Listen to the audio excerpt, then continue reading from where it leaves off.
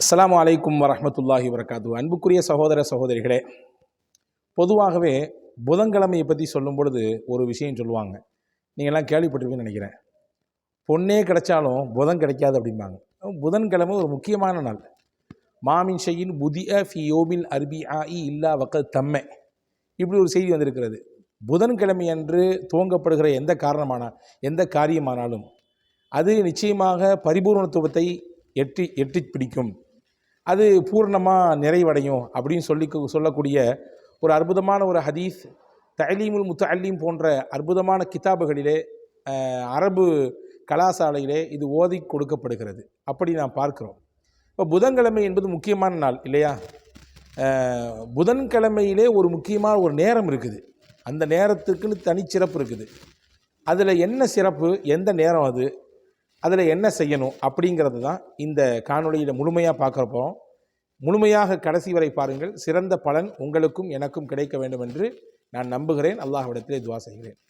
அன்புக்குரிய சகோதரர்களே, ஹஸ்ரத் இமாம் புகாரி ரஹ்மஹுல்லா எழுதிய நூல்களிலே ஒன்று அதபுல் முஃப்ரத் அப்படின்னு சொல்லக்கூடிய ஒரு நூல். அந்த நூலிலும் இந்த செய்தி வந்திருக்கிறது. அதே மாதிரி ஹஸ்ரத் இமாம் அஹ்மது பின் ஹம்பல் ரஹ்மஹுல்லாவுடைய ஹதீஸ் தொகுப்பாக இருக்கக்கூடிய முஸ்னத் அஹமது என்ற நூலிலும் இந்த ஹதீஸ் இடம்பெறுகிறது. ஜாபிர் ரலியல்லாஹு தஆலா அன்ஹு இந்த ஹதீஸ் அறிவிக்கிறாங்க. என்ன சொல்கிறாங்க அப்படின்னா, முஹம்மது நபி ஸல்லல்லாஹு அலைஹி வஸல்லம் அவர்கள் மஸ்ஜிதுல் ஃபத்ஹ் என்ற பள்ளிவாசலிலே தொடர்ச்சியாக 3 நாட்கள் துவா செய்தார்கள். திங்கட்கிழமை துவா செய்தார்கள், செவ்வாய்க்கிழமை துவா செய்தார்கள், புதன்கிழமை துவா செய்தார்கள்.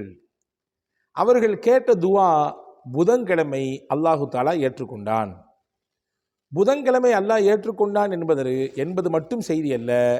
புதன்கிழமையில் ஒரு குறிப்பிட்ட நேரம், அந்த நேரத்திலே அல்லாஹு தாலா ஏற்றுக்கொண்டான் அப்படின்னு ஹஜ்ரத் ஜாபிர் ரலியல்லாஹு தஆலா அவர்கள் இந்த ஹதீஸை சொல்கிறாங்க.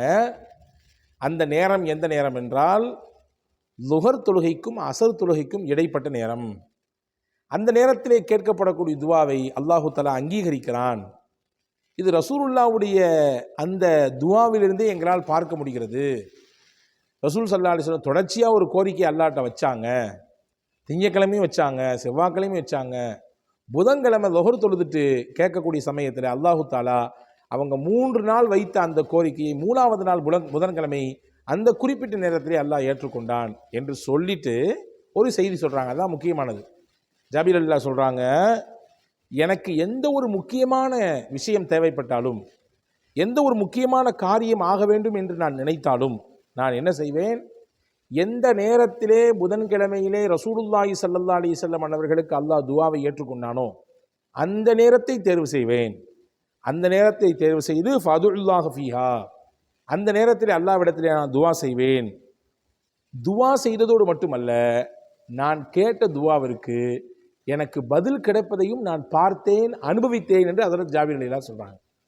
அப்போ அந்த பர்டிகுலர் நேரத்தில், அந்த புதன்கிழமையினுடைய அந்த லுஹருக்கும் அசருக்கும் இடைப்பட்ட நேரத்தில் நான் கேட்கக்கூடிய அந்த துவாவை, என்னுடைய முக்கியமான கோரிக்கைகளை, என்னுடைய முக்கியமான கவலைகளை, என்னுடைய முக்கியமான பிரச்சனைகளை, எனக்கான முக்கியமான தேவைகளை அந்த குறிப்பிட்ட நேரத்தில் நான் துவா செய்திருக்கிறேன்.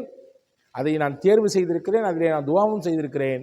எனக்கு அந்த துவாவை அல்லாஹ் ஏற்றுக்கொண்டதையும் என்னுடைய வாழ்நாளிலே நான் பார்த்திருக்கிறேன் என்று செய்தனா ஜாபிர் பின் அப்துல்லா ரலியல்லாஹு தஆலா அவர்கள் இந்த ஹதீஸ் அறிவிப்பு செய்கிறாங்க.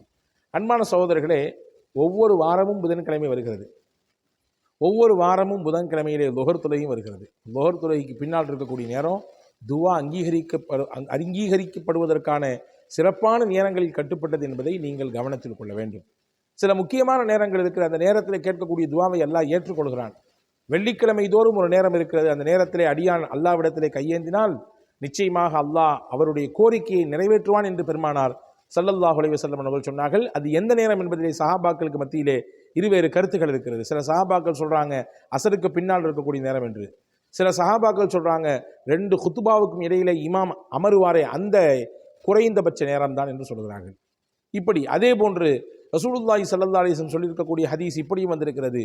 பாங்கு சொல்லி இகாமத்திற்கு சொல்வதற்கு இடைப்பட்ட அந்த நேரம் இருக்கிறதே, இதுவும் துவா அங்கீகரிக்கப்படுவதற்கான நேரம் என்று பெருமானார் ஸல்லல்லாஹு அலைஹி வஸல்லம் வரையறுத்து காண்பித்திருக்கிறார்கள். இப்படி பல்வேறு நேரங்களை பெருமானார் ஸல்லல்லாஹு அலைஹி வஸல்லம் வரையறுத்து காண்பித்தாலும் இந்த ஹதீஸிலே கூடுதலாக நமக்கான ஒரு பலம் என்ன, நமக்கான ஒரு ஆசுவாசம், ஆறுதல் என்னன்னா, ரசூலுல்லா துவா செஞ்சு கிடைச்சிதுன்னு மட்டும் இல்லை, அல்லாஹ்வுடைய ரசூல் தங்களுடைய துவாவுக்கு அங்கீகாரத்தை பெற்றார்கள் என்பது மட்டுமல்ல, இந்த ஹதீஸினுடைய அறிவிப்பாளர் செய்த ஜாபிர் ரலியல்லாஹு சொல்லக்கூடிய செய்தி தான் நமக்கு முக்கியமானது.